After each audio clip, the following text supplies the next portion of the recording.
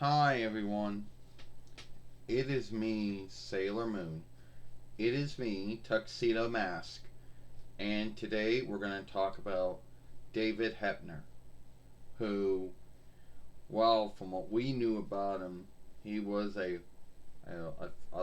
match keeper, a road follower during his run in WWE. I guess it went from, I'm going to say, oh, how long did it go for? I'm gonna say probably ran anywhere from probably 9 between 82 YL to 2005 YL. His twin brother Earl Hebner was more well known for being a fight keeper during his time in WWE.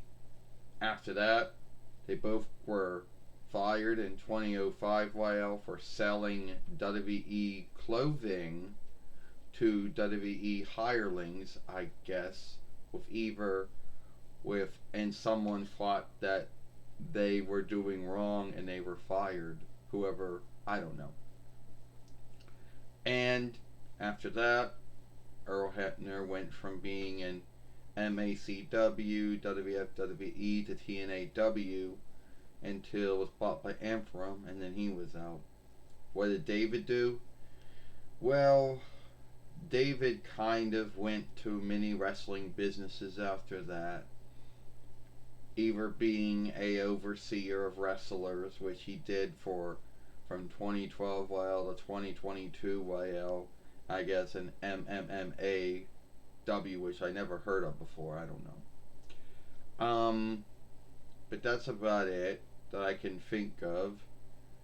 I mean, he was. I guess he was in TNAW for a little short time, but not really there long enough for anyone to recall what he did. Well, you're right, Sailor Moon. I mean, what do you know about David Hebner? Well, I do know he was pulled into one saga and tale that happened back in '89 between 88 YL during the Hulk Hogan and Andre third match. Well, at least the third match. Well, their fourth match, you know. And during this, David Hebner was seen to have played the evil matchkeeper or bad matchkeeper when he knew Hulk Hogan's legs were up, but didn't care and tracked a 1-2 free, gave the WWE heavyweight winnings to Andre, who held it, and then gave it to Ted DiBiase.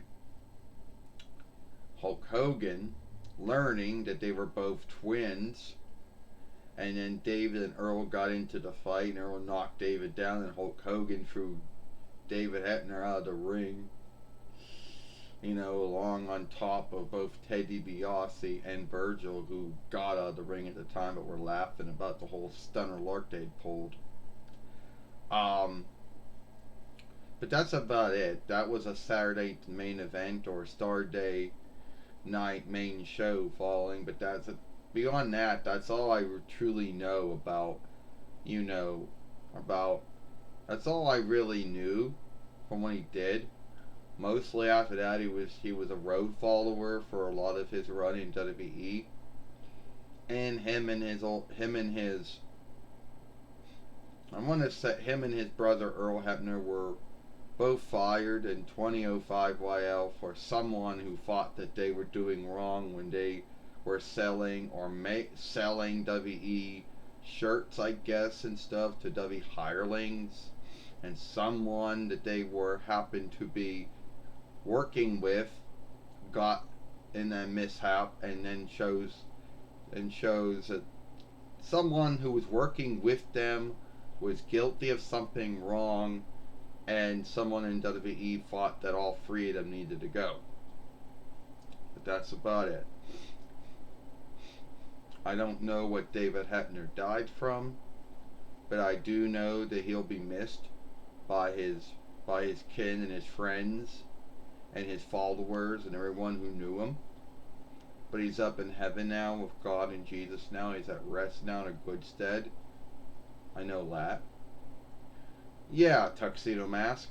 I mean, I mean, we hear about wrestlers dying a lot.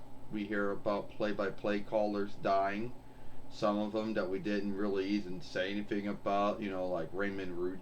Like Lee Marshall or Jack Raymond's that we didn't make films on, but sadly we should have made films on back in the day, but we did not. Um, and you hear about a lot of wrestlers dying over the years, but very rarely do you hear about fight lords or fight keepers or what you want to call the match keepers dying.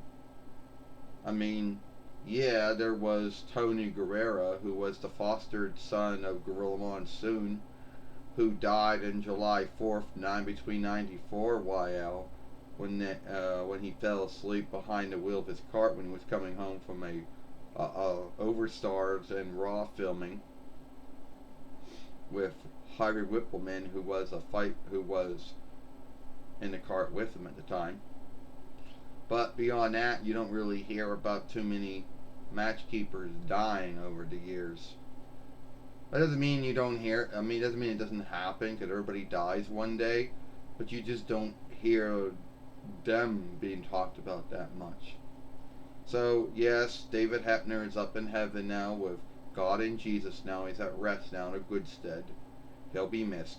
If you like this film, then follow us over here at Sailor Moon for Life. Or watch the last film we made, yesterday over here with Hill or Tomo. I, Sailor Moon, I, Tuxedo Mask. We'll see you later. Bye.